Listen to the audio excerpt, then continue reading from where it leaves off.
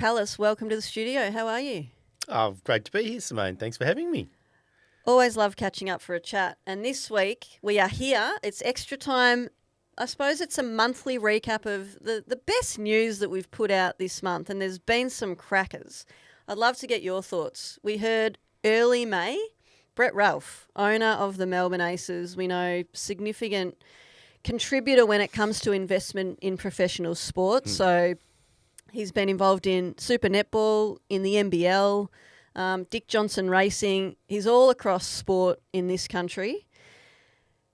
The Aces, Melbourne Aces, withdrew from the ABL, which was pretty massive news at the time. But little did we know, the Aces are actually going to continue existing. Now, historically in sport, when a team suggests, well, we're leaving a league, we're not going to be involved anymore, often it is loss of funds.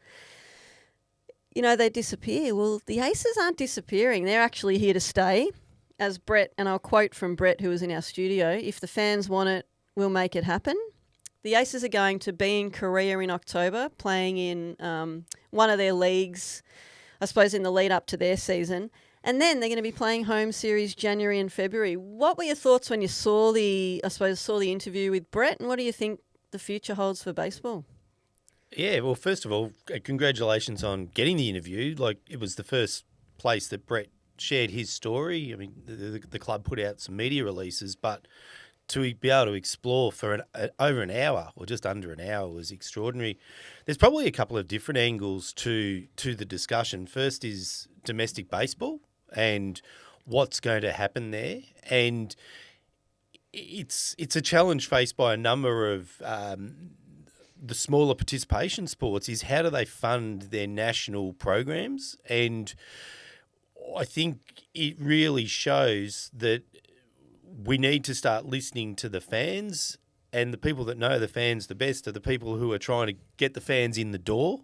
And so we need to start to listen to those people, and particularly if they're funding it as well. Like, there's an element where we just know that there's not an endless stream of money to fund a passion project, which clearly for Brett and his family, when you watch and listen to that interview, I mean, baseball is a passion project for him, or a passion, a love of the family, and also what they've created out at the Aces. So I think that's the first part is, where does the ABL go from here? But it also shows what's happening in the contraction of the size of the world when it comes to sport, where it's going to be more common for domestic teams to be playing in international competitions, and it could be a precursor to very similar models moving around the world. And I guess a little bit of a spin on that is the Indian Premier League cricketers who are being signed to franchises, and then the franchises own different teams around the world. Same in the football, and then they're being loaned and moved around the world inside the franchise. Well, the next step is taking the team to play in different competitions around the world. So it'll be really interesting to see, but I think the key point is Brett's statement there. If the fans want it, then they'll continue.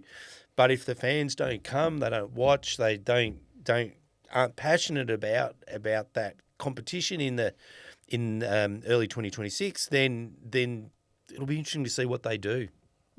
Absolutely. Great take.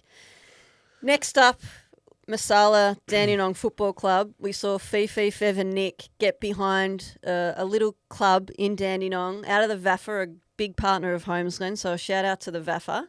And a shout out to Woodsy and to Billy Bolsh, William Bolsh, who's the president down at Masala. This was just a fantastic event. We saw Fev get out and kick a bag of goals for Masala, took them to their first win in some time. And we also, in the end, saw Guy Sebastian, who turned up as the entertainment, actually took the field, did his Achilles, and he was in all sorts. He ended up in hospital. But for those two to come out, no money exchanged hands. It was just about getting into the community. There was no doubt they were going to have an impact for a club that needed some support.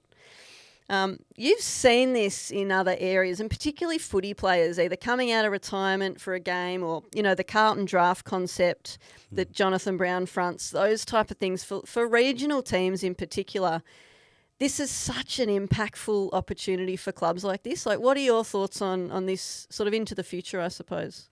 Well, it's almost back to the future because in one regard, while it's been happening for a very long time, I think Brendan Favola, when he went and played for the Yarrawonga Pigeons back in the day, where he, at their home games, I think from memory, he was only playing the home games, or predominantly, they would get, many, many, many thousands of people through the gates, which then meant that they were getting spectators, support, but then the revenue side of it. Bar sales. Well, the bar sales, but then the community connection, cohesion, place to be, place to come, place to belong.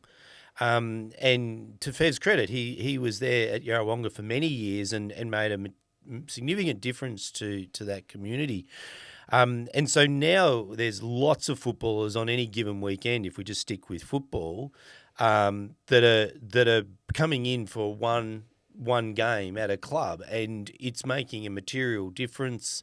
And having seen it in the clubs that I'm involved with, Tired Footy Club, for example, who have over the journey had Kerr, Travis Cloak last year.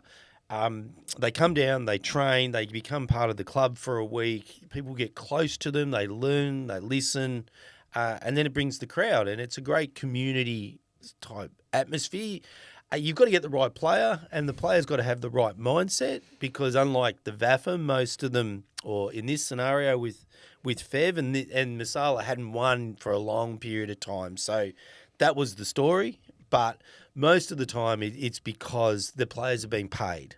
And so if in any footy club, dollars are hard to get, and what's even harder is wins. So if the player doesn't contribute on the field, they can actually do their own brand significant harm as well. But by and large, done well, it creates tremendous value, and it creates a post-career for the players who may not be able to physically play once or every week, but it gives them an option to play 3 or 4 games. But it is fraught with danger. I think from memory, Luke Hodge broke a finger playing at Devon Meadows. So for everyone that gets through the game, there's the odd player that doesn't quite get through unscathed. Yeah. The other cool thing about Fev was he turned up to training. Yeah. And the guys at Masala, hats off to Noah Fisher and Mark Woods, 2 alumni from Holmes Glen sports degrees, running the socials there, and some great work across the board, guys, and a great concept. And well done to Fev and Fifi and Nick as well. Our next discussion point via Extra Time News was my discussion about Tom de Koning, St Kilda, Carlton. Where's he going to end up? And it's probably one of those places. And my thoughts were that $1 million to me is still life-changing. I understand 1.7 is a lot more than 1. But what are your thoughts on this? Do you really think at a time where median salaries here in Victoria are about $70,000 and I think minimum wage is sitting around $55,000, is $1 million not life-changing anymore, Steve? Oh, you got to put it in the context of the athlete. Of course, $1 million is going to change the life of someone who's never had it before, right? And so if we look about the average footballer, we know, talking with Ben Smith, that the average footballer contract is 4 and a half years. So it depends what we're talking about life changing, because if we're comparing it to everyday life, then yes, it is. But is it enough money in today's football world to change their life? So go from club A to club B, town A to town B, etc. So, and we know with the EBAs coming through, or the CBA, sorry, that it's not going to be too far before we're going to see the $2 million footballer. So while, if we compare the decisions that, say, Tom de Koning in this scenario is comparing to the average, then of course it's life-changing, but putting it in his context, is it enough to change his life? and change the way he lives his life. Be interesting to see how. It'd be fascinating to talk to him and see what the decision-making criteria is. How does money compare to team success? How does he go through a process of looking at one list to another? Does Rowan Marshall at St Kilda's plays the same position? Where do these all things fit in the decision making? Playing in a prestigious club like Carlton versus 50,000 crowd. Sorry, Coop, but versus St Kilda. Big packed MCG crowds versus 15,000 at Marvel. Yeah. I mean, does that come into play? And I agree, the context is important. And I've done a lot of research on NRL and AFL players, and their career can span maybe 2 or 3 years if they get injured. So I understand the maximum. You need to maximise your contract, but I think it's a bit rich to be suggesting on. No pun intended, but now I guess it kind of works. But it is a bit rich to suggest that $1 million isn't going to be life changing. Yeah, I think even in that context, if he signs for 7 years, he'll still earn over $7 million, and with a little asterisk because his endorsements will still probably be beyond $1 million by the time he signs that next contract. Anyway, I think he'll sign with several brands, couple $100,000 per brand.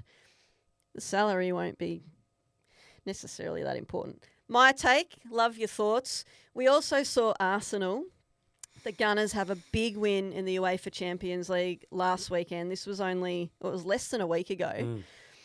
3 Aussies. So they took on Barcelona. They were absolutely the underdog. Barcelona are a massive women's football team, global team, and everyone knows that, or everyone who follows women's football knows that.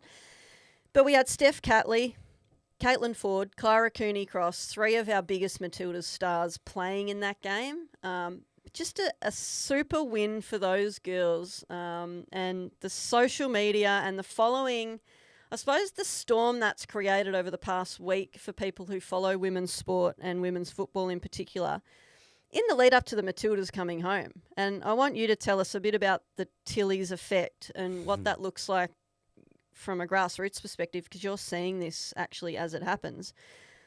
But I love the fact that they're now back in the country with their teammates as part of this friendly series against Argentina. And game 1 last night, we won 2-0. So a great job by the Tillies. But you wouldn't often see that in maybe sometimes women's sport, but definitely not in men's sport when they play a big match like that and 5 days later they're rolling in to be part of their national team. So historically there has been maybe a little bit of a lack of commitment to national teams by some male players, and I love that, and historically the women have to because they need the money. But in this case it's an interesting scenario. Big win by the girls, pumped for them, and this is great for Australian football too. Seeing our girls on the biggest stage winning big games like this goes a long way. Oh, absolutely. And again, there's multi-levels to this because what it talks to coming back after such a big game is the culture of the team. And I don't think culture necessarily needs to be a gender discussion because think Leighton Hewitt for Davis Cup.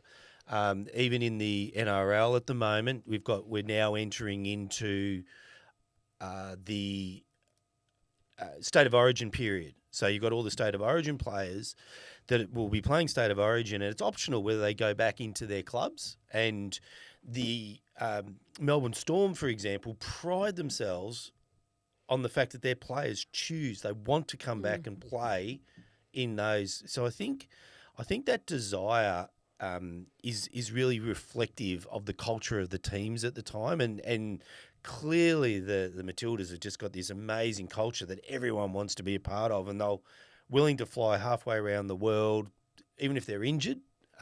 So that's just extraordinary, that culture that they must have at the moment. And it'll be interesting as they have that generational change of player as they bring in the next generation. But the next generation did all right last night as well, so that'll be interesting. But in my case study of one with my youngest daughter, 12 years old, she's been playing soccer or football for 4 years, so post-COVID, a bit before COVID, 4 or 5 years. When she started, the team was a combination of 3 different age groups because they couldn't get enough kids. And then the Matildas really, so she started playing kind of at this time where the Matildas started to capture the attention of the nation. Now there's at least one team in each of those age groups and sometimes 2. So if you look at those 3 age groups, we're lucky to cobble 10 kids together for a team. Now you're talking 50 kids. And that's just one subset of one team. But we're seeing it everywhere in the soccer around the country or football, depends on which area you're coming from. It's extraordinary that this is a place that the girls are choosing to go to because of the role models that they're seeing on the TV. And now they're seeing that they can win the biggest championships in the world. Amazing, yeah. It's great to hear about your case study on one. And I love it because I don't think it's a great example of the impact they're having. Last but not least, so recently, and this just happened last week, Bailey Smith obviously moved a little bit controversially from the Western Bulldogs to Geelong. He's been pretty prominent in the media since he's been playing for the Cats. And made a few comments here and there and I think has caught the attention of the media. He's become this larrikin and he responded to an Instagram post just last week suggesting that he may be, well, it was in jest, but suggesting some nose beers might come out after Geelong win the flag this year. Now, really casual, nonchalant response from his coach, Chris Scott. From the AFLPA, the outgoing CEO, Paul Marsh, who actually suggested, he's a breath of fresh air, he's just having a joke, he's a bit of a larrikin, almost supporting it, to be honest, almost not endorsing it, but certainly wasn't all that concerned about it. And the AFL, Andrew Dillon did come out and say, look, we wouldn't want to see that again. To be frank, though, Steve, in my opinion, none of them as governing bodies of this sport or those who are governing the players were strong enough in their stance. And we need to call this behaviour out. You know, the statistics alone tell us, and our most recent article, 35% of 18 to 24-year-old males reported using illicit substances at least once in the past 12 months. Now, this is a societal issue, and whether we like it or not, players like Bailey Smith are role models. Kids are looking at him and looking up to him, and they're mirroring his behaviour, and they want to be like him. So I have no doubt discussion in households this week would have been, hey, mum and dad, what's a nose beer? Bailey Smith's going to do nose beers. I want to do nose beers because I want to be like... People can laugh and joke and say that's silly, but I don't think it is. That's just what would have happened. There needs to be a stronger stance on this, particularly at a time when the AFLPA are negotiating with the AFL regarding the updated drug policy. How do you feel about this situation? Look, one of the things that I'm really strong on is we've got to avoid the normalisation of things that we don't want to become normal. So whether it's drugs, illicit drugs, drugs in sport, alcohol, gambling, gambling harm, whether it's violence against women, anything that contributes to the normalisations of the behaviours that we don't want must be called out. Otherwise, it's a small step towards acceptability and a normalisation. So without everything has you need to have a weighted consequence. So not everything needs to be, a walnut doesn't always need to be hit with a sledgehammer. But we certainly should never, the behaviour we walk past is the behaviour we accept. So we needed to, regardless of how strongly it is, we needed to condone the behaviour and we needed to condone the endorsement of that normalisation of behaviour. So I think that's really, really important. And I do get that it was a bit of a tricky time for all those players that you talked about because they're trying to negotiate their drug code at the moment and move it from one space to significantly another space. So I get that scenario, but it's really important that the behaviours that we don't want and we don't ever want, we don't allow even the smallest normalisation of those behaviours. So I think that regardless of how strongly we called them out, those behaviours had to be called out. Or in this case, Bailey's flippant. We don't know whether it's flippant, but it's perceived to be flippant off the social media response is still something that we just need to call out and go, hey, that's not appropriate. Yeah, absolutely. It's been great chatting with you. Great to recap our biggest stories of Extra Time for the month of May. Check out our website. We're also on Instagram, Extra Time Sports Media. We'll see you next month. Well, thank you for having me. I look forward to it if I'm back next month. Look forward to it. Thanks, Steve.